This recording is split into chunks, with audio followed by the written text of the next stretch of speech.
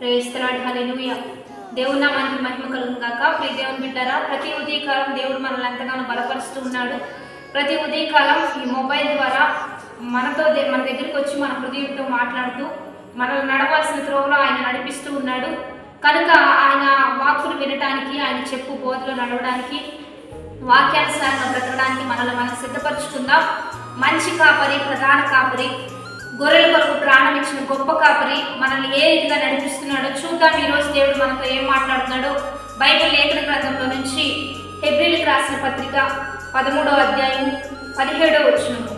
మీ పైని నాయకులుగా ఉన్నవారు లెక్క అప్పచెప్పవలసిన వారి వలె మీ ఆత్మను కాయిచున్నారు. వారు దుఃఖముతో ఆ పని చేసిన ఎడల మీకు నిష్ప్రయోజనం కనుక దుఃఖముతో కాక ఆనందంతో చేయనట్లు వారి మాట విని వారికి లోబడి ఉంది. కాబట్టి దేవుని బిడ్డలారా, ఈరోజు దేవుడు ఈ భూమి మీద మనం బ్రతికి జన్మించి ఈ భూమి మీదకి మనం వచ్చినప్పుడు ప్రతి ఒక్కరికి దేవుడు సంఘాన్ని ఏర్పరిచాడు, ఒక కాపరిని ఏర్పరిచాడు. ఈరోజు ఈ వాగ్దానం పొందుకుంటున్న నీకు కూడా దేవుడు ఒక కాపరిని సిద్ధపరిచాడు. కనుక నీవు కాపరి నీడలో, ఆయన పరిరక్షణలో, ఆయన బోధలో, ప్రార్థనల యందు పట్టుదల కలిగి విశ్వాస వీరులుగా నిత్య జీవానికి చేర్చబడాలనేది దేవుని చిత్తమై ఉంది, దేవుని ఉద్దేశమై ఉంది. కాబట్టి బైబిల్ గ్రంథంలో దేవుడు కాపరి లేని గొర్రెలను చూసి జాలిపడ్డాడు, కనికరపడ్డాడు. వారికి ఒక మంచి కాపరి ఉండటం మంచిది అని చెప్పి ఆయన కాపరిగా ఉండి వెళ్ళాడు. తదుపరి ఆయన శిష్యుల్ని ఉపకాపరులుగా ఏర్పరిచాడు. కనుక ఈరోజు మనం ఖచ్చితంగా సేవకుని దగ్గర పెరగాలి, మంచి కాపరి దగ్గర ఆ బోధలో నడిపింపబడాలి. వారు ఏది చెప్పినా దేవుని మాటగా మనం స్వీకరించాలి. ఎందుకంటే ఈరోజు ఆదివారం పరిశుద్ధ దినము కనుక ఖచ్చితంగా వారి మాట విని పరిశుద్ధ సన్నిధిలోకి, ఆయన మందిరంలో చేరి ఆయన ఆరాధించడానికి మనం సిద్ధపడుతూ ఉన్నప్పుడు మనం ఏం చేయాలి, ఎలా నడవాలి, ప్రతి విషయాన్ని కూడా దేవుడే మనకు బయలుపరుస్తూ ముందు కొనసాగిస్తాడు. కనుక మీ గురించి లెక్క అప్పచెప్పడానికి ఒక కాపరిని సిద్ధపరిచాడు. ఆ కాపరి మీ గురించి ప్రతి విషయాన్ని దేవునికి అప్పగించాలి. కనుక వారు దుఃఖంతో కాక ఆనందంతో చేయనట్లుగా వారి మాట విని వారికి లోబడి ఉంటూ దేవుని విశ్వాసంతో వారి ప్రవర్తన ఫలితాన్ని గ్రహించి గమనించి మీరు వెంబడించినట్లయితే అది మీకు ప్రయోజనకరంగా మార్చబడతా ఉంటుంది. కాబట్టి తప్పనిసరిగా మీకు దగ్గరగా మీరు వెళ్ళే సంఘాలకి, లేకపోతే మిమ్మల్ని ఎక్కడైతే ఆత్మీయంగా బలపరుస్తున్నారో, ఎక్కడైతే జీవ మార్గంలో నిలబెడుతున్నారో, ఎక్కడైతే మీకు స్వస్థత, అద్భుతం, ఆశ్చర్య కార్యాలు జరిగిస్తున్నారో ఆ కాపరి దగ్గర మీరు పెరగండి. ఆ పరిరక్షణలో మీరు ముందుకు కొనసాగండి. ఆ బోధలో మీరు ముందుకు వెళ్ళండి. వారి మాట వినండి, వారికి లోబడి ఉండండి.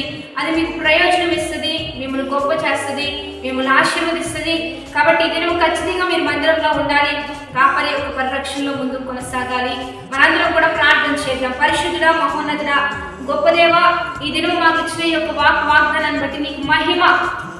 ఎంతమంది బిడ్డలు ఈరోజు ఈ వాగ్దానం వారు స్వీకరిస్తూ ఉన్నారో, వారు స్వంతం చేసుకుంటూ ఉన్నారో వారి పట్ల గొప్ప కార్యాలు జరిగించయ్యా. వారు వెళ్ళే ప్రతి సేవకుడు, ప్రతి సంఘ కాపరి, ప్రతి ఒక్క మంచి కాపరి నీడలో, పరిరక్షణలో, వారి భద్రతలో, వారి ప్రార్థన పరిరక్షణలో ముందుకు కొనసాగించబడబోతూ ఉండగా వారికి కావాల్సిన ప్రతి ఈవులని దయచేయండి. ప్రతిదీ కూడా ప్రయోజనకరంగా మార్చయ్యా. ఏది నిష్ప్రయోజనం చేయకుండా వారి జీవితంలో సంతోషము, ఆనందము వారికి, వారి కాపరులకు దయచేస్తూ నీ నామానికి మహిమ తెచ్చుకోండి. ఆర్థిక పరిస్థితులు, అప్పుల బంధకాలు, కుటుంబంలో అనారోగ్య పరిస్థితులు, ఎన్ని రీతిలుగా అయితే ఉద్యోగము, వివాహము, చదువు, అన్ని రీతిలుగా ప్రభా బిడ్డలు లేవనెత్తండి. ఆశీర్వాద పదంలో నడిపించండి, ఫలభరితంగా మార్చయ్యా. ప్రతిదీ కూడా నీ నామానికి మహిమ తెచ్చుకోండి.